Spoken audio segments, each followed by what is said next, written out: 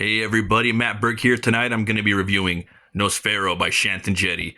This is a book I backed a while ago. I've had it since February, but I wanted to wait till the perfect time to read it. I was like, yeah, I'm going to wait till October. I'm going to wait till October. It's the type of book that I wanted to read during that time. It's that time of the year, and this was a book that I watched the creation of Shanth and Jetty has an awesome YouTube channel, and he would be working on the book and talking about different cool stuff like horror movies and comics and pulp, and the his life is coming up as an artist, and it was really cool just seeing him put this book together. Um, every now and then a really interesting character comes through in comicdom, and this is one of them, man. Let alone pulp, and this book fits right in there with something right out of Robert E. Howard, or even I would say even Lovecraft, but more, like I could see this character just popping up in something out of Howard, or even a film that was made by Hammer Film Productions. But that was what it looked like when I saw this the magic being put together in the creation of the book, but also as I read it. And I backed the standard tier. It came with the book right here. It came with this awesome card right here. This is Lagavia. I forgot how to pronounce her name. Yeah, it's hard to pronounce her name. Then this is Fantomas, and he's like this badass hound that Nosfero rides throughout the book. And that's the back of the cards right there, and you got this really cool bookmark right here. It's got the Nosfero at the top, Fantomas right there. He's got his lady, and then it's got his Greylock, his buddy, the werewolf. And you get this really cool get one of the villains of the piece right there, and also the head vampire lady in the book.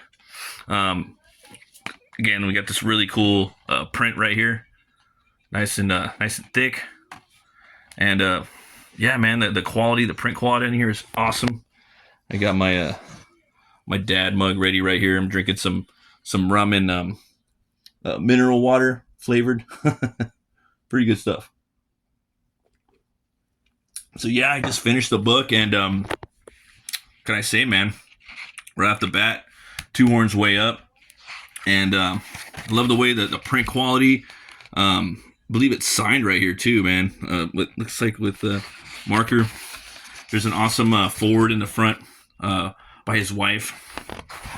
An introduction. It's really cool. Like this, the story about how this book was created.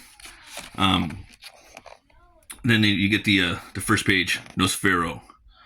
Does this word not sound like the death bird culling the living dead at dawn? It is a name both ghouls and demons dare not say, for they know it means death for the undead. So it picks right up. It just throws you right in, just like a pulp story, right? Right in the shit. That's why I love pulps, like Conan and, Solomon Kane, Cole. A lot of the pulps, they throw you right into the center of the plot, and this story, it just creates more questions about who is this guy and where did he come from, and what's going to happen next, and such cool names of the characters in here. They're really they take a minute to figure out the pronunciation, and this is a book that's definitely going to have at least a second to third, maybe fourth rereading, just to go back and to really really grasp and bring in the full world, because you just go through it real quick, and it's almost like an experience, like it's like a movie, kind of like The Northman, where you don't watch, you experience, or something, something along those lines. It definitely feels like, what if Frank Frazetta painted a comic book, during the time that he was doing all the cool Conan stuff and Howard stuff. And that's how it felt when I was reading it, So it starts out right here. Yog Sol Thoth knows the gate. Yog Thoth is the gate. Pardon my French. Call me Nosfero. I tread among blasphemous horrors and raise the progeny of cosmic demons known as the vampire. I must dwell among them. I must commit myself to the sacred duty. I must travel as a sailor bound to the mast of a ship traversing perdition's fury. I am the Crypt Walker. So right there, he just cut in the throat of these big vampiric bats. Something you'd find out of like Tolkien even or Robert E. Howard. Something that was just like a primal animal from its first inception. That was what one of the things I really liked about Robert E. Howard. A lot of the time he would have just big snakes or big gorillas or big lizard men. And it was more believable in that sense too. But I mean, every now and then he might pull out a dinosaur or something like that. But a lot of the times it was just these big beasts in their more primitive, hulking form. And then you have this lady in the back. She's like the main vampire lady, sorceress. Naga ga bush shagath yaha naga kanya yog sakathath. It's hard for me to pronounce. She is La Siva, vampire high priestess, and the supplicant of the undead king, Oman al-Hazared. She knows no reason, only the insatiable hunger for disorder and ruination. So then she's saying more, incantations, and then you have this eldritch beast. I love the way that he shows the origin of the vampire. He goes into his lore a lot in this book, and there's a lot of answers that you get in here. You get a big bite too, like, oh shit, oh snap. It's just even more when you get more questions answered, more questions arise, like, oh, where'd that guy come from? And it was almost like this story has always been around, you know what I mean? And he there's a lot of Lovecraft in here, but fuck man, there's a lot of Howard in here too, which is Howard's my favorite writer. Past, present, future, all one in Yog Sothoth. He knows where the old ones broke through of old and where they shall break through again. That's H.P. Lovecraft.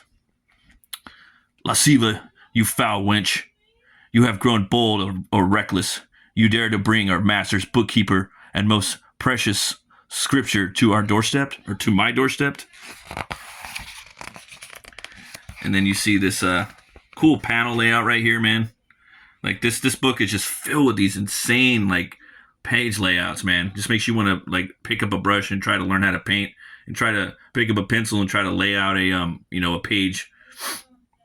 And again, you have this new vampire lord. He's saying more incantations, and this girl, she's about to be sacrificed, food for these gods.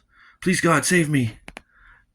Vlad or Balhan Dahar, vampire grand priest and bookkeeper of the Necronomicon ex Nihil, prepares a virgin as a sacrifice to serve the boundaries between Tenebrous regions and ourselves. Look at that. Oh man. So cool. Valhandahar has awakened the ruler of the Thousand Gate Temple. In its sleep, it dreams. In its dreams, it hungers.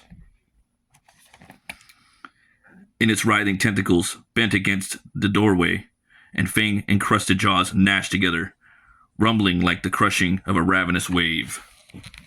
I just think this whole beginning, man, I would love to see this as a movie, And it was weird, too, because when I was reading this book, for some reason, it was so immersive that I imagined, the movie was going on in between the scenes as images would populate from page to page.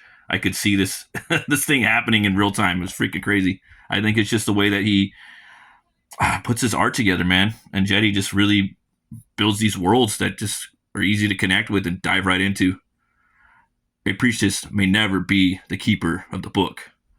Alice Hared forbids it. A woman may never die at my hands. My code forbids it. I leave Lasciva laid out on the stone floor. She is of no concern now. Lasciva has risen as far as her sex and cunning will allow it. Her chants merely support those of Valandahar, her superior.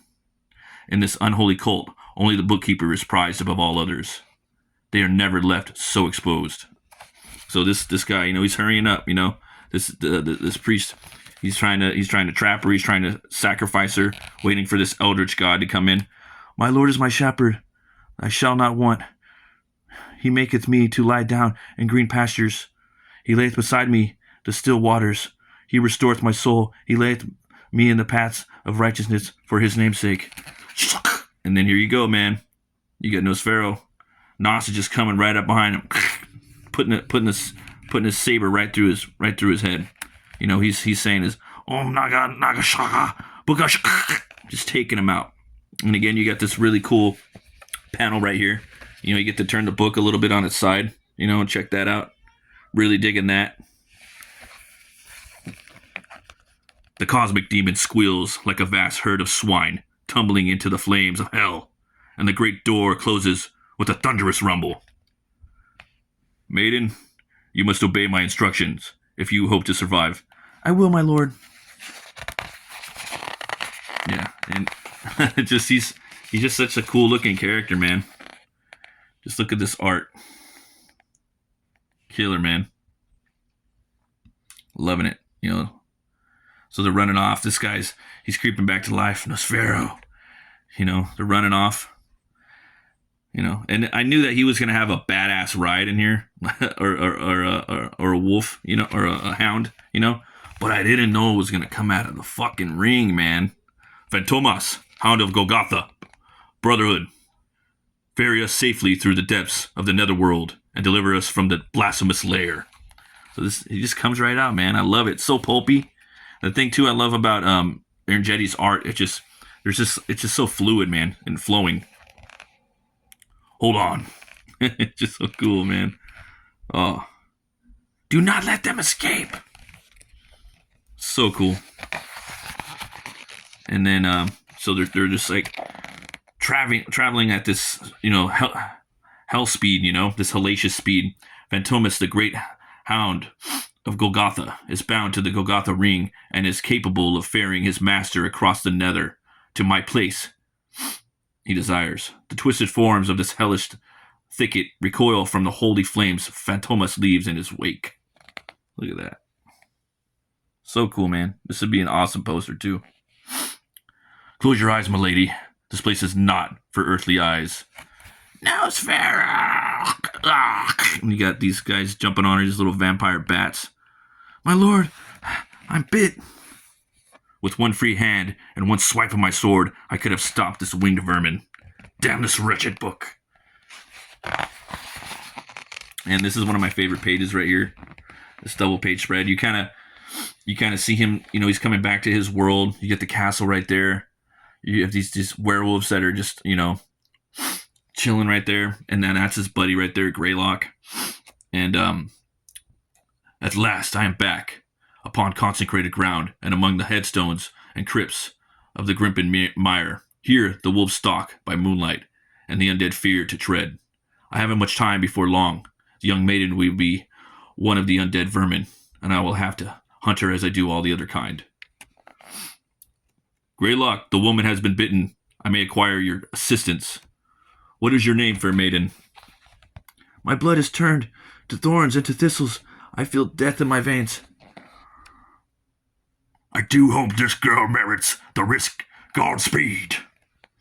So they're bringing her in, you know, and I love the design of the wolf in here. It's like he took the two fucking dopest werewolves of all time and merged them. That being the Howling and American Werewolf in London. Yeah. My lady, I must know, for whose salvation do you pray? Laurel Porter. Mercifully, Laurel Porter faints away. The agony and terror is too much for her soul to bear. So, look at that. There is only the treatment that has been found to be effective. Holy water. With holy fire, the pain is enough to wake even the dead. So, you know, he's heating up that holy water, I think, man, and he's using his ring and the holy water to cure her vampiric bite. That's freaking awesome. I mean, that's what it looks like. Ah! Like the living wake from the nightmares of their most painful remembrances. No, Father, don't open the door. No, don't. Let her in. No. Where am I? I remember where I was, a man who saved me. I must be in his home, but where is he? So, like, right here, it just really feels like I'm watching a Hammer film kind of just come to life, man. Look at that. And you get this awesome spread right here. You get to see some of the some of the big bosses. They're so fucking metal, and then this book is metal as fuck. Um, I don't want to.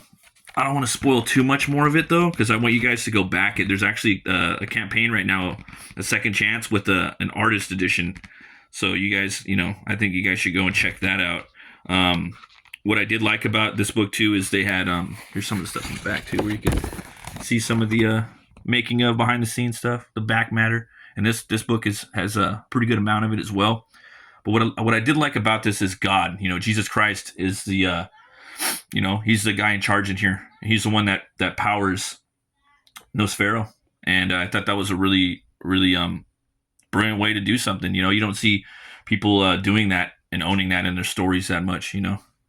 But again, looking back on this and just reading it, I want to go back and read it again. I want to jump back into the lore. I think it's just some of the coolest stuff ever. I want to see the city some more.